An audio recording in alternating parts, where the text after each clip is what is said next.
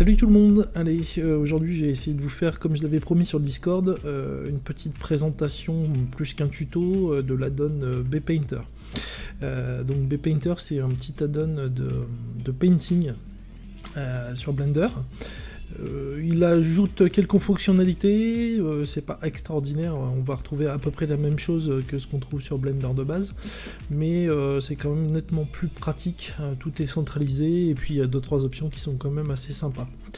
Voilà, alors j'ai fait, ici j'ai préparé un petit plancher dans le style un peu low poly, voilà, je l'ai pas terminé, je vais juste vous faire voir les fonctions, mais je pense que c'est un petit objet qui se prête bien à la peinture sur BPainter.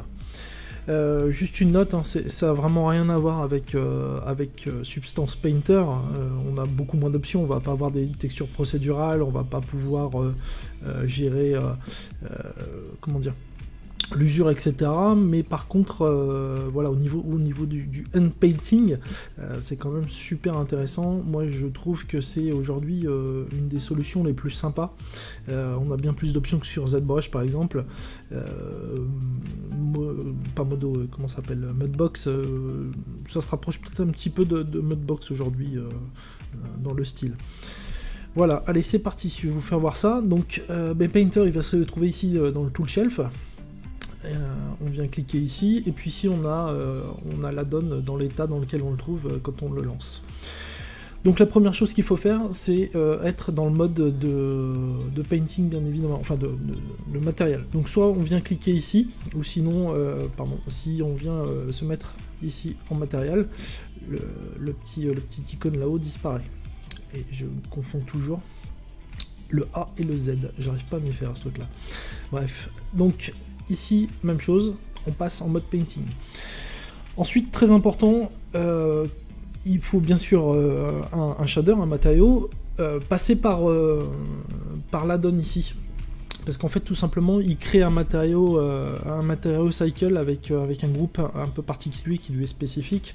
Et si on part d'un objet qui a déjà un matériau, on a des bugs, ça marche mal, et puis vous risquez d'avoir des soucis.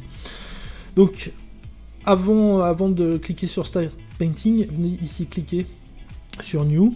On peut jeter un œil, vous allez voir. Le Node Editor. Voilà. Je suis pas sur le bon matériau. Si, alors le groupe apparaît quand on crée un calque, je crois. Donc deuxième chose à faire, créer un calque. Et en fait, il va vous créer, il vous automatise la création de la texture. Donc là, il faut mettre un petit peu quand même, on va mettre du 2048. On va partir sur du blanc. Ok, et voilà, vous voyez, là, il vous a créé le groupe avec plusieurs choses dedans, et en fait quand on va recréer des layers, quand on va créer des layers de contraste, des masques, etc., il vient mettre ses propres groupes. Donc c'est pour ça que c'est important de créer les matériaux en passant par BPainter et de ne pas les faire à la main. Voilà, ça je vais refermer ça. Hop, pardon, où est-ce qu'il est mon truc? Voilà. Ok. Donc une fois qu'on a créé ça, on est prêt, vous pouvez venir ici cliquer sur Start Painting. Donc voilà l'interface. Alors sur mon thème, ça passe pas super bien avec la transparence. Bon, je m'y suis habitué, mais il faut peut-être un petit peu adapter votre thème à BPainter, parce que là c'est pas super clair. Allez, je continue, je vais fragmenter un petit peu les vidéos tout simplement parce que j'ai des voisins qui font du bruit aujourd'hui, donc je vais être obligé de fragmenter la vidéo. Donc comme je disais, je continue en vous présentant les différentes zones de l'add-on. Donc on va commencer ici par la zone des brosses. Donc voilà les brosses de BPainter. Donc par défaut on en a 16 qui sont livrées, qui sont plutôt pas mal. Vous pouvez bien sûr en créer. Les petits icônes custom qui sont assez sympas aussi. Donc on a des choses très classiques, hein. Tout ce qu'on a là-haut, en fait, on va pouvoir le faire dans Blender. Donc ça c'est de la brosse classique. On a ici des réglages un petit peu plus soft. On a des brosses avec des textures, des brosses dans le genre painting, aérobrush on va dire, la line. Ok, on a la taille LED qui est sympa, qui vous permet de peindre avec, je vais prendre un truc qui se voit un peu plus, genre ça, voilà. Donc là, la texture se répète, donc c'est plutôt sympa aussi. L'Anchor Red qui vous permet de peindre, voilà, de poser des formes à certains endroits. Voilà. Rien d'exceptionnel. Ce qu'on va retrouver de différent, enfin ce que moi j'adore sur ce soft en particulier, ce qu'on retrouve pas sur Substance Painter par exemple, c'est la brosse de smooth, le blur. Donc moi je ne sais pas peindre sans une brosse de smooth. Donc là on la retrouve ici tout simplement. Voilà, donc ça c'est juste génial. On l'a sur ZBrush par exemple, mais on l'a pas sur Substance et je ne sais pas peindre sur Substance quasiment juste à cause de ça. La Smudge aussi, qui est un mélangeur. Donc alors ça, hop, c'est une brosse qui s'utilise petite, qui va vous permettre de mélanger des couleurs, de faire des formes. Donc ça c'est assez génial. On l'a sur Substance, je crois. On ne doit pas l'avoir sur ZBrush. Ça me dit rien en tout cas. Donc vous voyez, ça c'est un truc juste pour faire des flammes par exemple, c'est super pratique. Ensuite on a la broche clone qui est le tampon en fait de Photoshop, et l'effaceur. Donc l'effaceur, un truc un petit peu pratique, enfin, même super pratique, c'est que on peut switcher à tout moment sur l'effaceur grâce à la touche E. Donc vous appuyez sur E, vous passez sur l'effaceur, vous venez effacer votre texture. Vous appuyez sur E, vous revenez sur votre ancienne brosse. Voilà. Ensuite ici, on a les options de la brosse, donc la taille, l'opacité. Ici ça va être les options de, comment on appelle ça, de traîner, donc le lazy mouse de ZBrush par exemple. Donc ici vous venez, je vais vous faire une démo, ça sera 100 fois plus simple. Alors là je l'ai désactivé. Voilà, vous voyez cette petite, ce petit trait blanc là qu'on retrouve derrière la brosse, qui vous permet de faire des formes beaucoup plus soft. Ça gomme un petit peu les imperfections de vos petits défauts de bouger en fait. Voilà. Donc ça c'est vraiment sympa. Donc à savoir, ici on est sur les mêmes options, les options par défaut de ZBrush, pardon, de Blender. Donc à savoir que pour régler la taille, c'est la touche F. Pour régler la dureté, non, l'opacité, pardon, c'est Shift F. Voilà, donc ici vous allez avoir quelque chose d'un peu plus transparent. Et la dureté, c'est Alt F. Voilà, donc ça c'est classique. Donc Shift F, je vais remettre 1. Et puis je vais vraiment baisser. Hop. Voilà, on peut remettre les lazy. Voilà le truc. Ici vous avez les courbes. Donc ça bien pratique aussi. Donc si on change la dureté comme ça, hop. Voilà, on voit que ici la courbe a changé. Alors bah, bien sûr on peut s'amuser à faire un peu des trucs rigolos. Voilà. Et puis bah, là vous allez peindre. Bon alors sur une traînée forcément c'est pas super visuel. Je vais même retirer la traînée. Voilà. Donc ici en fonction de la courbe, bah, bien sûr vous allez être plus ou moins dur. Ici c'est pour utiliser les alphas ou non. Et puis là les modes de mix, les modes de fusion. Donc les mêmes qu'on retrouve dans tous les softs d'image. Ici, alors je vais prendre une brosse, la brosse de smooth. Ici on va avoir beaucoup plus d'options. Donc là je vais vous laisser faire le tour, il y a beaucoup de choses, on retrouve les différents modes de stroke. Donc si on veut on peut se refaire par exemple une Anchor Red ici pour déposer des formes, etc. On peut en créer des nouvelles, les supprimer, voilà, il y a plein de trucs, on retrouve ici le spacing, enfin bon voilà. Truc sympa, ici directement la symétrie.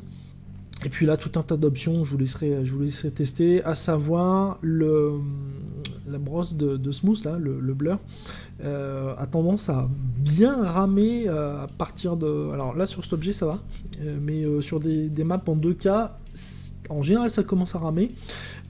Sur du 4K, c'est difficile d'utiliser, en tout cas sur mon PC tel quel. Donc là, il y a une petite astuce, c'est de décocher l'occlude, et puis vous allez avoir une brosse de blur qui va être super fluide. Voilà pour la partie brosse. On va continuer ici avec les couleurs. Allez, je continue. Donc la zone Color Management. Donc là, on a ici nos couleurs actives. Alors, faut que je prenne une autre brosse. Nos couleurs actives, le nuancier. Donc pour les couleurs, ici on est sur un sélecteur un petit peu à la Photoshop, c'est-à-dire qu'on a deux couleurs tout le temps actives, enfin deux couleurs présélectionnées. On peut ici, si on clique, switcher de couleur. Donc ça c'est vraiment pratique. On peut, si on clique ici, revenir sur du noir et blanc. Et puis on a tout au bout là le color picker. Color picker, qui est le color picker de Bpainter qui remplace celui de Blender. Donc si on vient cliquer ici, on vient choisir une couleur, ça marche sur tout ce qu'on a sous speaker, et ça marche dans n'importe quelle fenêtre, sachant qu'il y a un raccourci clavier qui est Alt-clic. Voilà, Alt-clic maintenu, je précise, on peut venir sélectionner la couleur dans n'importe quelle fenêtre. Alors vous voyez que ici, Bpainter vient aussi switcher automatiquement sur la diffuse color, donc ce qui est vraiment bien parce que ça vous permet de ne pas se soucier des ombrages. Voilà. Ensuite la zone nuancier, donc on a de base un nuancier qui est livré avec Bpainter, qui est celui-ci. On a un gestionnaire où on peut venir supprimer, créer ses propres nuanciers. Donc ça c'est vraiment sympa. Ici par exemple, je suis en train de me faire un petit ringhouse, donc j'ai commencé à me faire une palette. Ah oui, alors j'ai fait une connerie tout à l'heure, je crois que j'ai effacé mon nuancier, mais bon, c'est pas très grave. On a... hop, je vais revenir dessus. Donc, bref, on peut se créer ses propres palettes. On va le faire d'ailleurs après, tout à l'heure, pour cette petite texture de bois. Allez, je continue. Je vais revenir sur la palette par défaut. Voilà. Ensuite, les brushes texture. Bon, bah ça, c'est pas très compliqué. On vient sélectionner une texture qu'on va peindre. On va peindre avec cette texture. Donc, en fonction des... je vais prendre une couleur qui pète un peu, histoire qu'on voit quelque chose. Voilà.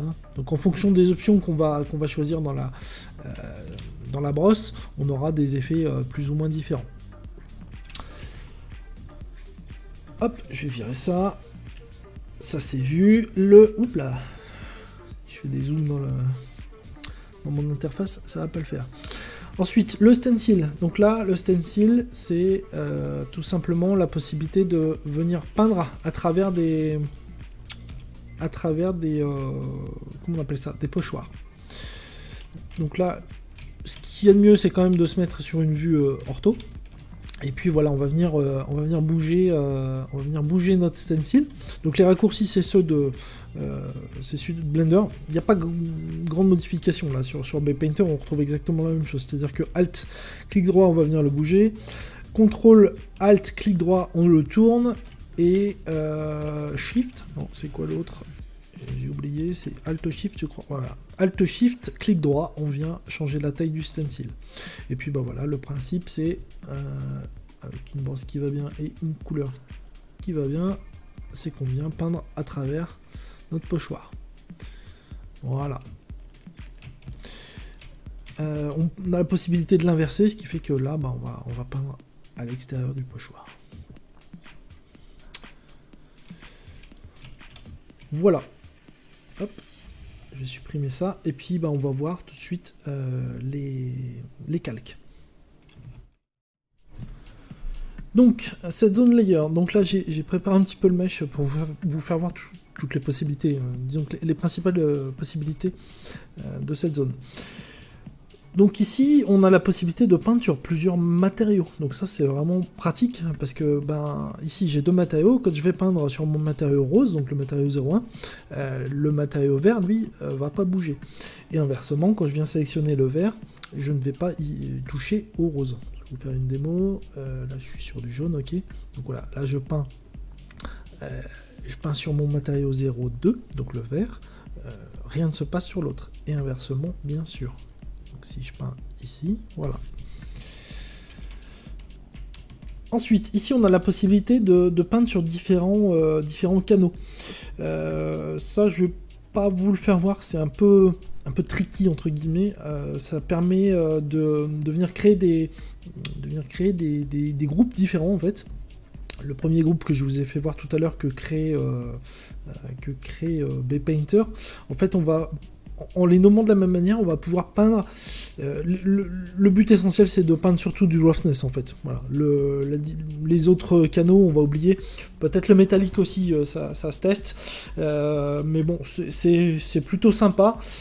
Ça peut rendre service, mais je pense que Bpainter est pas trop adapté à ça. Toujours est-il qu'on a la possibilité de le faire. Pour la fonctionnalité, je vous laisse aller voir dans la vidéo de démo, je crois, de l'addon, qui est sur YouTube, la vidéo principale. Il explique très bien, c'est pas très compliqué. Alors ensuite, les calques à proprement parler. Donc ici, on a le mode de fusion, encore une fois, et puis l'opacité. Ensuite, les calques sont ici. Donc là, je vais en créer un autre. Donc on vient ici cliquer sur nouveau, on a la boîte de dialogue qu'on connaît bien de création de texture. En fait, hein, quand on vient cliquer sur nouveau layer, il vient lui créer des groupes dans son matériau et puis les textures en même temps. Je vais en créer même une troisième. Ok. Alors vous voyez que dans la fenêtre aussi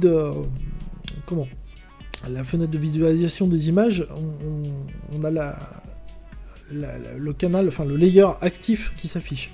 C'est assez pratique. Donc ici, je viens tout simplement peindre sur ce layer, et puis si je veux jouer sur l'opacité, je peux le masquer, etc. Enfin voilà, l'intérêt des calques, je vais pas vous l'expliquer.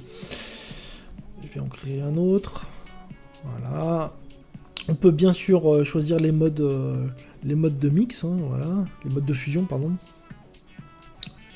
Hop, ce serait l'overlay, etc., etc. On peut bien sûr les réorganiser, donc les monter, les descendre. Voilà, on peut les supprimer. Ok. Je vais en créer un. Hop, voilà. Et puis ici on a la possibilité de les baker en fait. C'est le vrai terme puisque ça utilise le moteur interne de Blender pour venir aplatir les calques. Je le fais pas parce que c'est un petit peu long. Pareil, c'est un petit peu expérimental, il l'explique dans ses vidéos. Bon, moi j'ai pas eu trop de soucis, mais il se peut que ça plante. Je crois que ça m'est arrivé une fois. Et puis surtout c'est un petit peu long. Mais encore une fois, on a la possibilité de le faire, donc ce qui est plutôt sympa. Après, on a ici les calques de réglage en fait. Donc ici, on peut venir chercher une courbe RGB, comment on appelle ça, un calque de saturation ou inverser la couleur. Donc si ici, je viens cliquer sur saturation, je viens double-cliquer dessus, et puis là, j'ai la possibilité de jouer sur mes couleurs, enfin sur ma teinte, sur ma saturation et sur mes valeurs. Voilà, je vais reprendre un truc qui est peut-être un petit peu plus visuel. Je vais booster la saturation, puis comme ça va me permettre de vous faire voir les masques.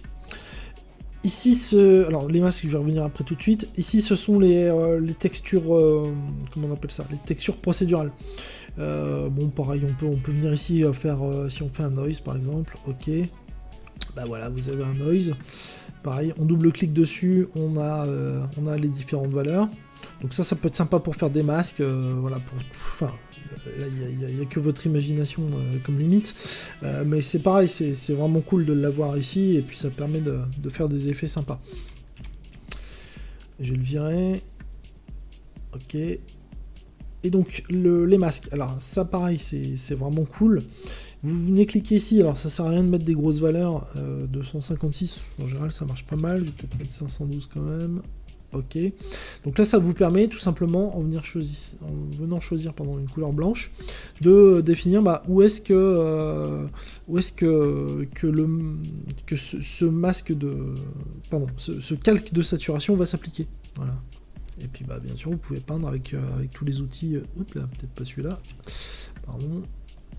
Avec tous les outils de Bpainter.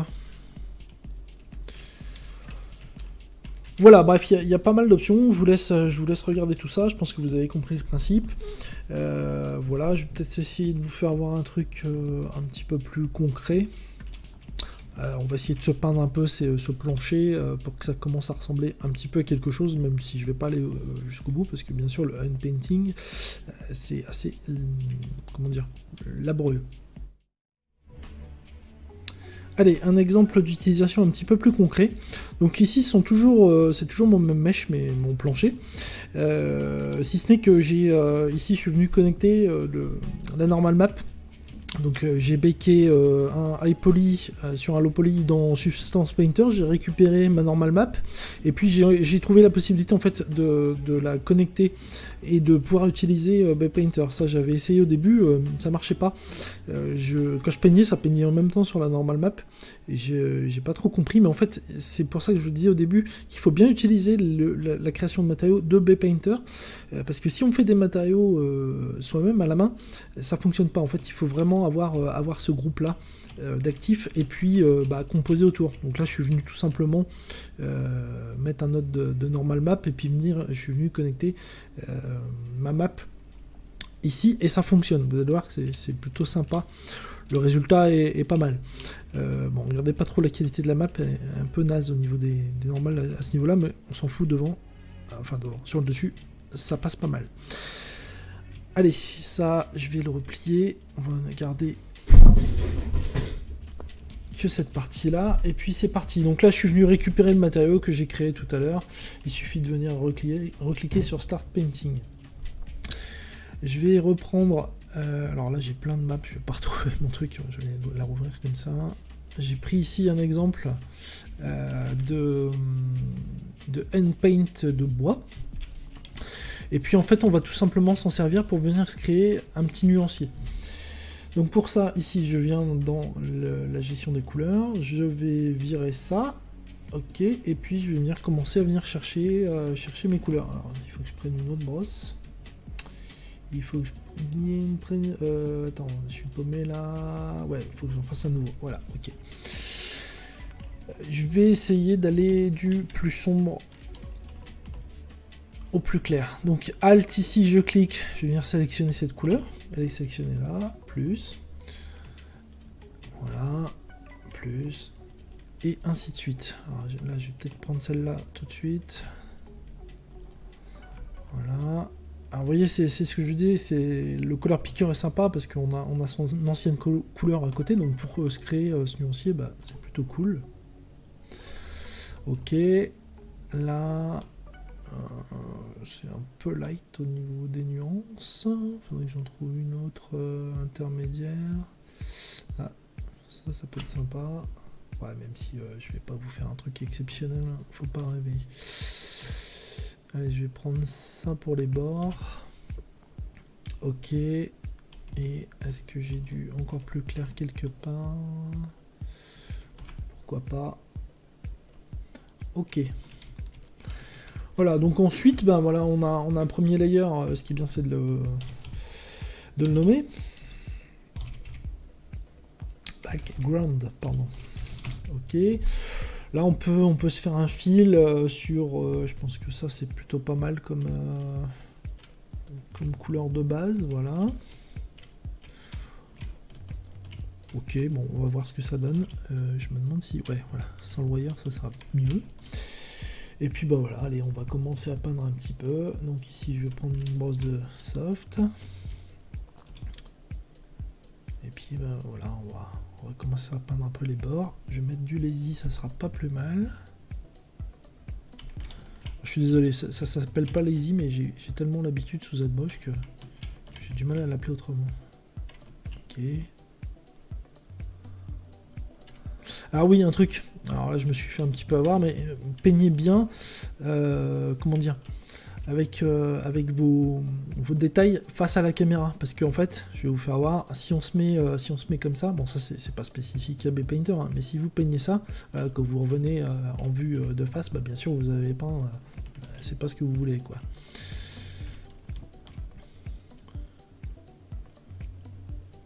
Voilà.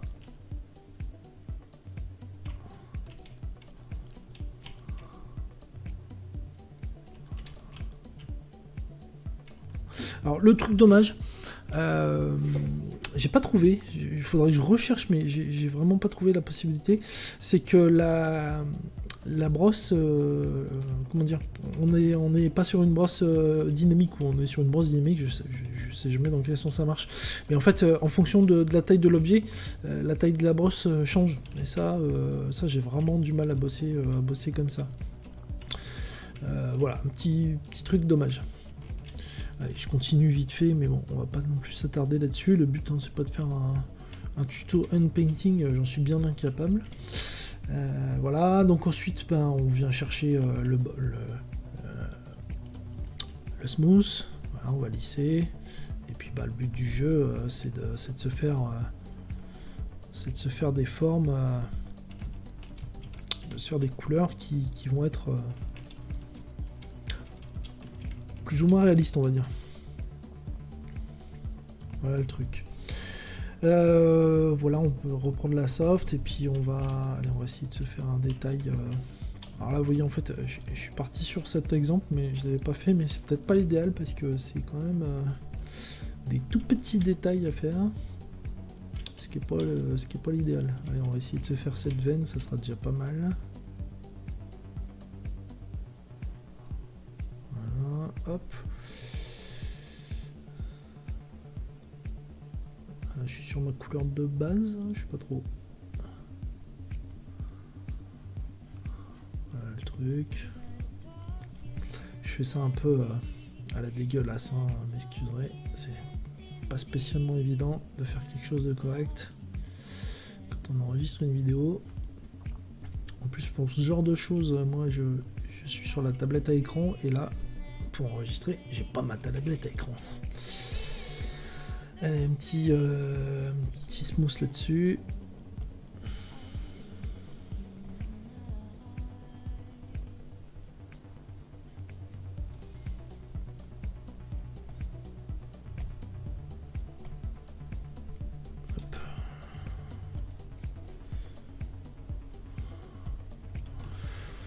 Bon voilà quoi, vous voyez, ça a vraiment fait à l'arrache. Mais y a moyen de faire des trucs vraiment cool quoi avec cet add-on, et puis tout est pratique, tout est accessible.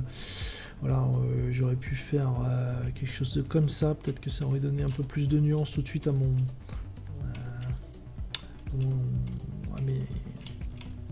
à ma peinture. Je vais peut-être prendre une autre zone, allez, pourquoi pas ça. Alors, ah, je suis sur l'autre matériau peut-être. Ouais, ok. Je vais rester sur celui-là. Oups là. Ah, attends, pourquoi je peins pas là? Ah, je suis sur le blur. Oui, donc non, mais en plus je dis des conneries. J'ai pas d'autres matériaux là. Attends. Voilà. Alors le truc, hein, c'est de vraiment trouver la bonne orientation, surtout avec une map de normal comme ça, puisque bah, là c'est vraiment du bluff, hein, parce que moi là je suis en train de peindre sur mon mesh qui lui est complètement perpendiculaire, donc c'est ça qui est un petit peu tricky, mais bon, je trouve que ça fait assez la blague quand même quoi.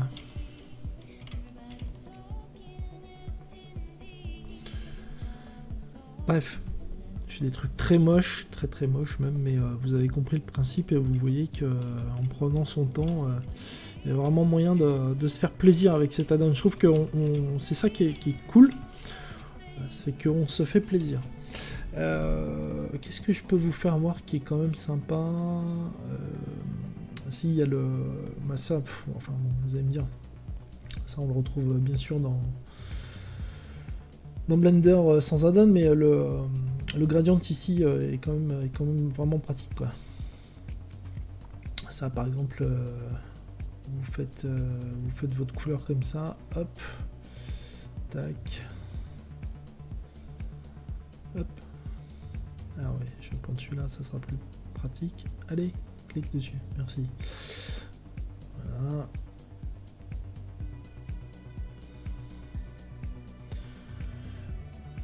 Hop, je bouge un petit peu, et tac. Non, celui-là, ça le fait pas. Et puis bah là, voilà, on peut faire des trucs sympas. Alors là, bien sûr, ça ne fonctionne pas du tout. Hein. C'est normal, c'est que vous faites voir des trucs que ça ne marche pas. Mais pour se faire des couleurs de base, c'est bien sympa. Et puis bah, bien sûr, là, ce que j'aurais dû faire, j'ai fait un background. J'aurais dû, bien entendu, créer un nouveau calque pour faire mes détails. Voilà, c'est-à-dire que là, hop, je prends ça, je fais mon fil. Alors, voilà. Et puis là, par-dessus, je fais un nouveau calque. Parce que sinon, évidemment, il n'y a pas d'intérêt d'utiliser cet add-on. Et puis, par-dessus ce calque, ici, maintenant, je vais venir peindre mes coins. Ok, je viens les lisser. Et puis bah là, bien sûr, vous avez possibilité ici de, hop là, en jouant sur l'opacité, d'avoir des trucs contrôlables, quoi. Bien sûr. Voilà. Allez, je pense que je vais m'arrêter là. On a bien fait le tour de l'add-on, vous avez vu ces possibilités. Voilà, à vous de voir ce que vous en pensez. Comme je le dis souvent, je trouve l'add-on de base cher, 40 $. C'est trop cher pour moi. Mais il est régulièrement, il y a régulièrement des offres dessus. Il est très souvent à 30 $. À 30 $, ça se réfléchit, je dirais.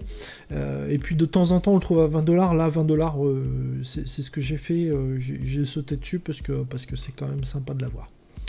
Allez, voilà, c'est tout. À ciao.